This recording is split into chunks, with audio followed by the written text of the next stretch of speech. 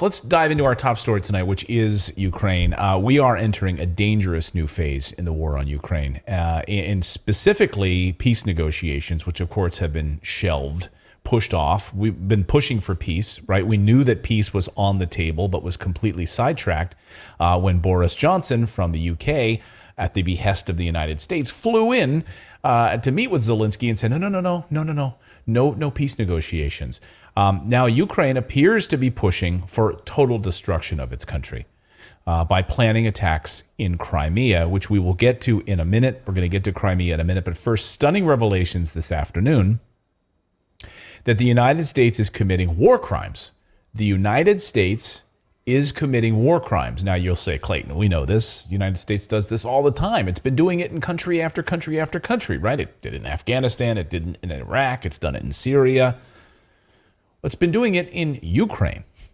And we're going to have the stunning revelations this afternoon that the United States committing war crimes inside Ukraine by coordinating and attacking the largest nuclear power plant in Europe. Yes, I said the United States. Technically using American-made HIMARS to attack nuclear power plants. Now, I've spoken to NATO sources who've told me specifically, and we've confirmed this with separate military sources, and we've featured this here on the show over the past few months, right? To operate HIMARS, first of all, the United States doesn't trust the Ukrainians to operate them themselves. So we've been essentially operating them. And of course, we're providing all of the intelligence data to make the HIMARS targets effective. And you need to have that massive coordination. And all of that is being carried out in Kyiv. Go ahead. Well, and that's exactly why I still don't understand why people call this a proxy war. This is not a proxy war. We are every bit as involved as Ukraine is. Yeah, I know. And maybe we should abandon that term, kind of come back to it, because we don't have tens of thousands of Americans who are there literally as infantry on the ground, but still we're running the show. It's American weapons, it's American tax dollars, and Americans calling the shots, the intelligence. We're going to get to the Crimea part of this, which is clearly an American intelligence operation, but specifically on the nuclear power plants. So Scott Ritter explained this to Bradley Wasser today or overnight, and Ritter points out that the Western media has been totally silent on this issue. Listen to him explain and lay this out in perfect detail, how the United States is committing war crimes in Ukraine. Listen. The other things that emerge from this is the role played by the United States. And I think this is an underappreciated aspect to the story. The initial attack against this facility took place on August 5th, but it was preceded by an August 1st presentation made by Secretary of State Tony Blinken, in which he highlighted this facility and he began to create the mythology of Russian irresponsibility, talking about how Russia had turned this facility into a nuclear shield and that Russia was using this facility as a base to carry out attacks against the Ukrainians, knowing that the Ukrainians would never strike back, et cetera. No evidence was provided to sustain this, but what Blinken did is create the beginning of this narrative that says that the Zaporizhia nuclear power plant and the territory around it must be removed from Russian control and turned over to international control, which would lead to the Ukrainians taking control. This is what the whole thing is about. So we know that the United States played a role in helping shape this narrative, which was then acted on by a Ukrainian attack. Now, the initial attacks appear to have been done by munitions that are under the control of the Ukrainian army exclusively. But the most recent attack appears to have been undertaken by a HIMARS rocket. And what's important about this is that as the deputy head of Ukrainian intelligence for the Kyiv district, and the reason why that's important is the Kyiv district, of course, is the region that interfaces most directly with the United States and NATO in terms of intelligence provision and command and control support, et cetera, said that nothing happens with the HIMARS unless it's directed to by the United States. So if a HIMARS was fired by Ukrainians against the Zaporizhia nuclear power plant, that means it was done not only with permission and approval of the United States, but the active participation, since the United States provides the targeting intelligence that's used to support HIMARS operations. This means the United States is by proxy attacking Zaporizhzhia nuclear power plant. This is a war crime. It's a war crime of the highest order. And I don't understand why the U.S. government's getting a free pass on this, why the media is being quiet about this. That's a great when question. do we ever not get a free pass? I mean, we get a free pass on the things, the atrocities we do all over the world. Somehow, we always end up getting a free pass.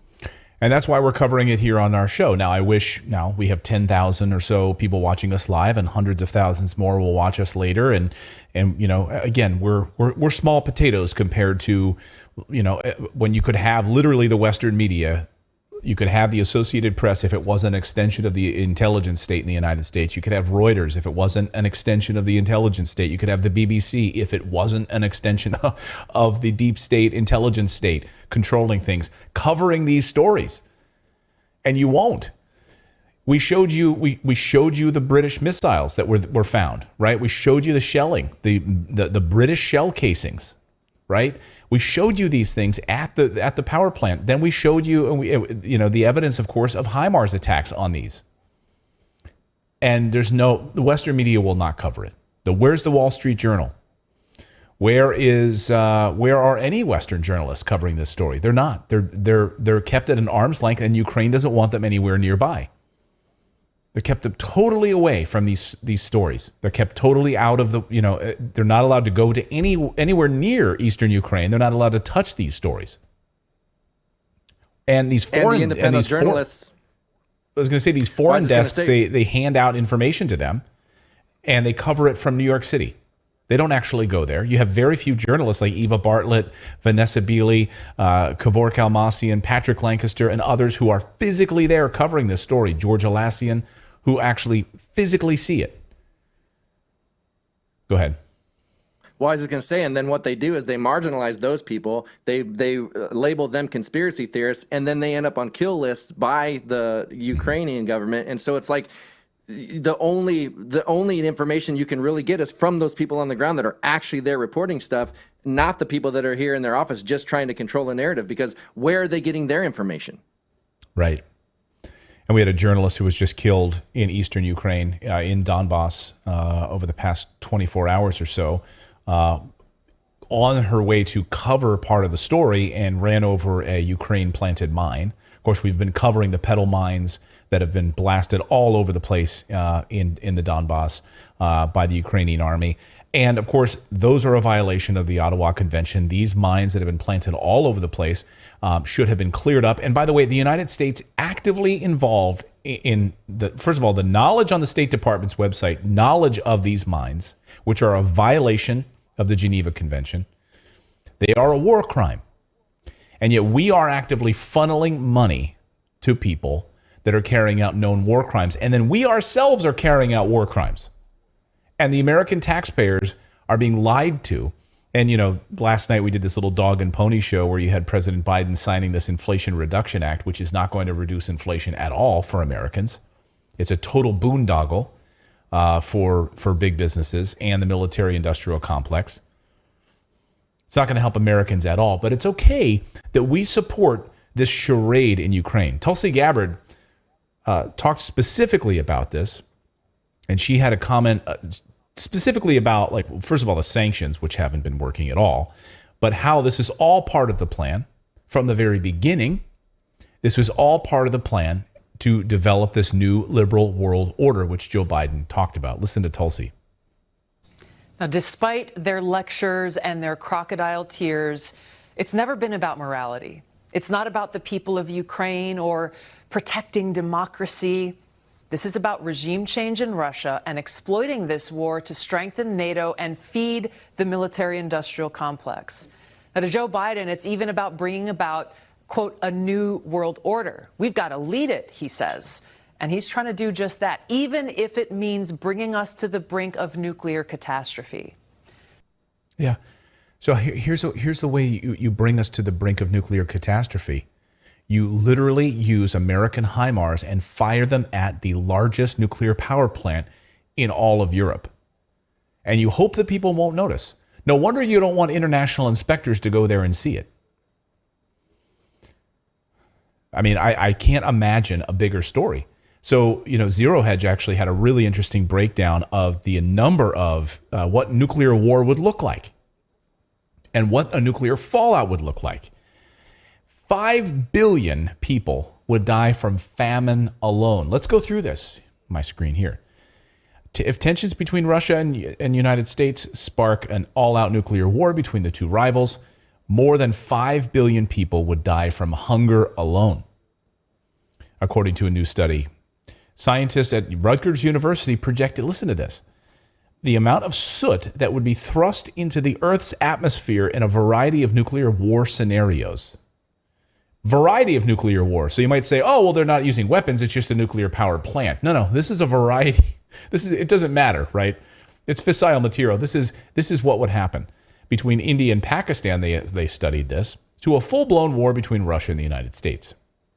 A relatively modest Indo-Pakistani war would slash the world's average caloric output by 7% within the first 5 years.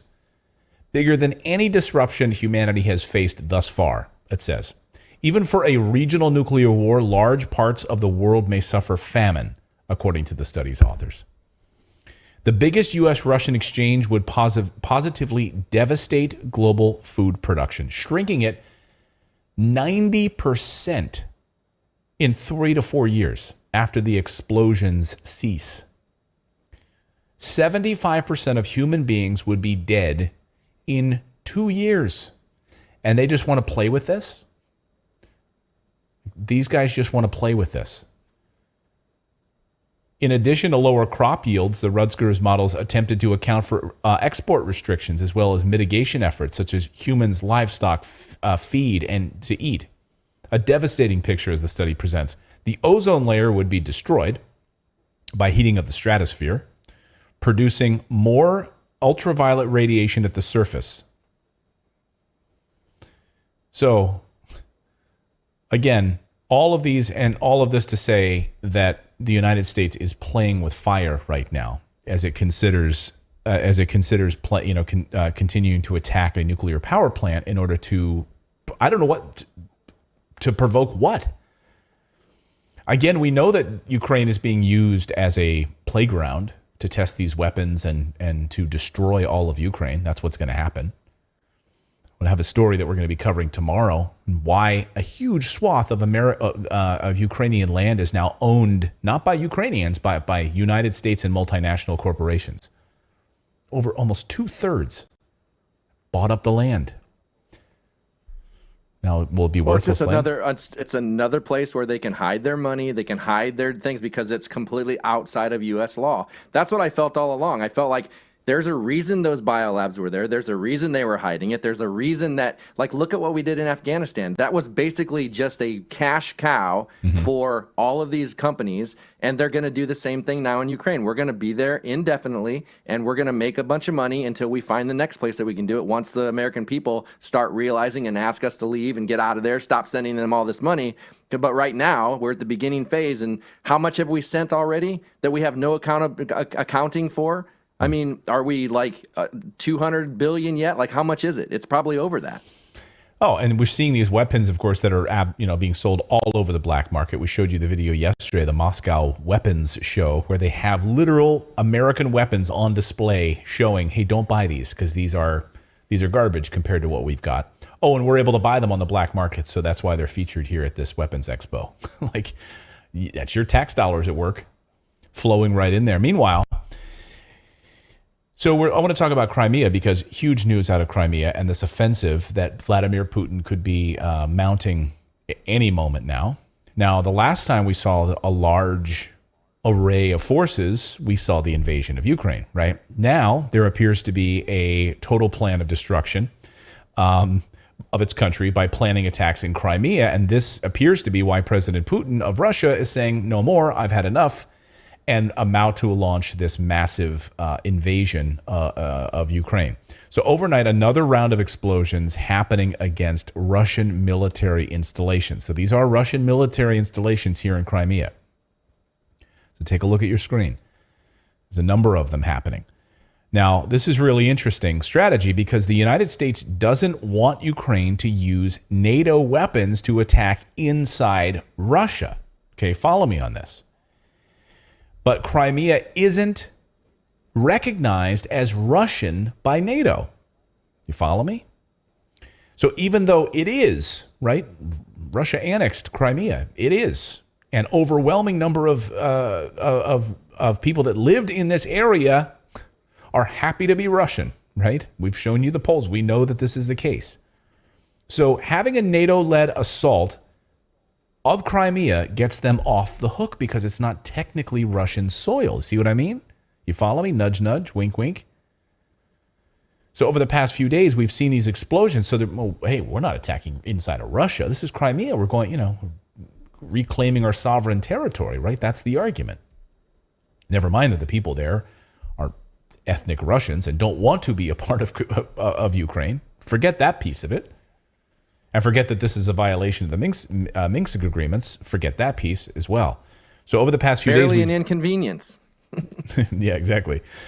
So far, we've seen over the past few days a series of explosions hitting Russian ammunition depots, and we've shown you the video here, and aircraft hangars. At first, it appeared that it was because of Russian safety issues, that somehow some of this ammunition, caught fire and then went off, right? That was the initial report last week that, well, it didn't seem like it was anything Ukrainian. Like, how are they launching an attack?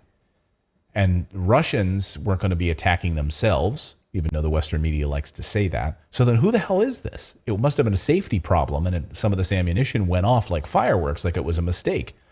Well, now when more and more of these pop up, it's no longer it's not a coincidence anymore that this is not safety concerns. So Russia calls these explosions in Crimea, now they're calling them sabotage. According to the Washington Post, that's exactly what they are. Special forces attacking Russia in Crimea. See, Crimea ammunition depot blast is a work of Ukraine special forces. Now, I don't buy that for a second. I don't think for a second that these are Ukrainian special forces. I mean, maybe they're special forces that were trained by the United States Special Forces with the help of the United States Special Forces that are in there coordinating these sabotage attacks. But the idea that these are Ukrainian special forces totally on their own without any help from anyone and they're just going in and doing this, I don't buy that for a second. And neither should you. So these attacks now being carried out by Ukrainian special forces with the help fully of the United States and NATO to target these munitions depots inside of Crimea. Why do you think suddenly Vladimir Putin is amassing an enormous number of aircraft and vehicles to go into? These are the Russian armed amassing forces here. Let's put this up on the screen. About 430 Russian aircraft, 360 helicopters concentrated around Ukraine. The number of helicopters used by the Russian Federation against Ukraine has significantly increased to the over 360 now, and these are amassing right along the border area now. Not surprising. Provoking the bear. And of course, Zelensky said this was going to happen, right? We want to retake Crimea. This is a message he made to Olaf Scholz of Germany and to Boris Johnson of the UK. In an interview with The Guardian, Mikhail Podolyak, who's an advisor to Ukrainian President Vladimir Zelensky, says they plan to destroy the Crimean Bridge. Now, the Crimean Bridge, he says, is a huge mistake because Russia should have never built this large bridge, which is the largest bridge in Europe, by the way. And now we're going to attack it. He says Russia should have never built it, that it's an aid vessel, it's a way to deliver aid and military military pieces, munitions, etc. into Crimea. So we're going to attack the largest bridge. So we need to take it out. It's illegal, so we're going to take it out. So watch that to happen, the Crimean Bridge to be blown up, and then watch these attacks unfolding. Again, military experts we've spoken to believe this is a massive Russian offensive that's about to unfold. So get ready. So any of these HIMARS that are still floating around out there, and any of these leftover American sites that are floating around out there are going to be on the target list very, very shortly. And by the way, I should mention that Ukraine is now telling its own citizens to get out of Crimea. If there's any Ukrainian citizens in Crimea, to leave. That's a warning. So, and now the United Nations heading to Ukraine as well to try to tamp down some of these tensions. But we've got multiple pieces that are inflaming, that could inflame the world here with this nuclear power plant attack and what happens in Crimea. Because Putin is not going to take that lightly, and we could be looking at a massive buildup of military force in the next few days, if not in the next few hours, actually. So we'll be watching that. I should also point out the Washington Post has this amazing story this afternoon, and I want to pull it up here. Americans are paying for slogans on bombs aimed at Russians. So think about this for a second. Americans are paying for slogans to be written on bombs that are being aimed at Russians. Now, what is this story about? And this is just an example, right? And they're putting these up on GoFundMe pages. And so if you want to donate thousands of dollars, you can absolutely do that. And you can get a message that the Ukrainian army will print on arguably the missiles that you've provided anyway. And the idea is that they're raising money to help the war effort. Now, reading through the tweets on this, the responses, like so many Americans are like, yes, way to stick it to them. Where can I sign up? How can I donate money? Can you believe this? And then other people saying, what are you, crazy? Like, literally, they're going to use these to maybe shell eastern Ukraine. Like you're going to put your name on a missile that's going to be, or it's going to be blown up by Russia anyway. And by the way, you already paid for it, so they're raising money with. You're going to donate money to a GoFundMe so you can put a message on these missiles. The fundraising effort, it's raised so far. The Washington Post says it's raised $150,000 for the Ukrainian military.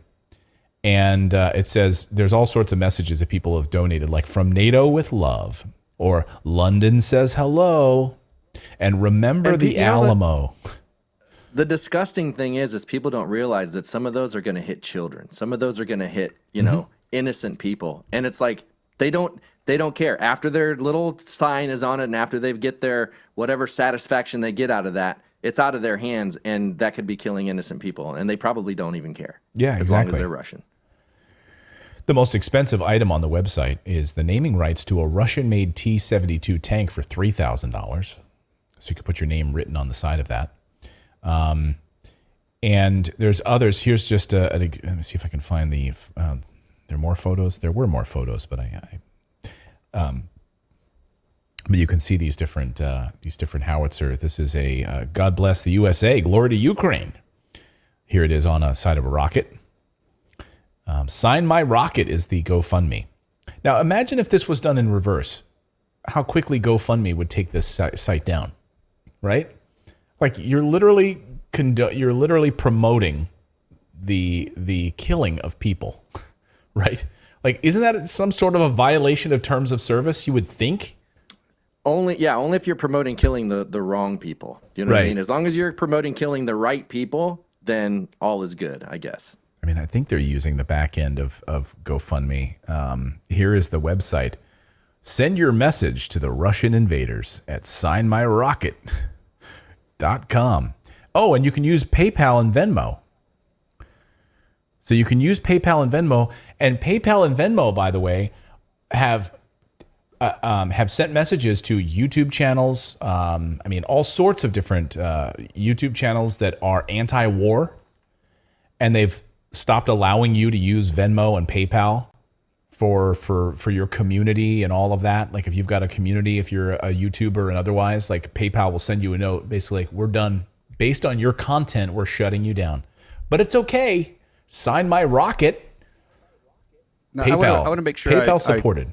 I want to make sure I fully understand this. So PayPal and Venmo will go after sex workers, and like even banks will like completely cut off their accounts for taking money, even for like having an OnlyFans or something like that. But so getting naked, bannable on Venmo and PayPal. Blowing people up, A-okay. I just want to make sure that I've got that. Okay. It's totally fine with know where our PayPal and morals are Venmo. now. Yeah, totally fine with that. And I love, like, literally right on the front of the website, they make no mistake about what they're going to do. You have a chance to kill orcs with your text written on an artillery shell that will be fired at Russian soldiers. Like they're not hiding what this is. Well, I'm looking at the source code of the page, and it says, we accept donations via PayPal, Apple Pay, Google Pay, Visa, MasterCard, Ethereum, and Bitcoin, meaning that Apple, PayPal, and Google Pay, and Visa, and MasterCard don't care about this. Like, they're going to, like Philip said, they're going to not accept payments for porn, but for murdering potentially innocent people, go for it. Yeah. Now, to be fair, I don't know, like, what sort of, policing, like Google Pay has out there and whatever, and Visa and MasterCard, right? But like we've absolutely seen that PayPal and Venmo have been proactive. Like they've been actively going after people who are anti-war, who are telling the truth about what's happening in this war. They've been actively shutting them down, canceling them. So they have a team that's devoted to like going after people like this. But they're not doing it here. I mean, talk about a double standard. But this is what's happening. You can sign your weapons that are going to be taking out soldiers, putting your name on it. One person in the article that was highlighted literally got this for his wife for an anniversary gift. Let's see if I can find that. Yeah, here it is. Colin Smith of Dallas purchased the slogan on this artillery shell for his wife for their anniversary. Colin and whatever his wife's name is, established 2021. Isn't that sweet, honey? I got you a missile that's going to be used to take out people. Do you like that? No, I don't, honey. C and Y, established in 20. He said she loved it. Though she's kind of now tired of me telling her about the war, but she did love it. I hope this shell went to a good cause. I hope it went to continued shelling of villages and hurting people.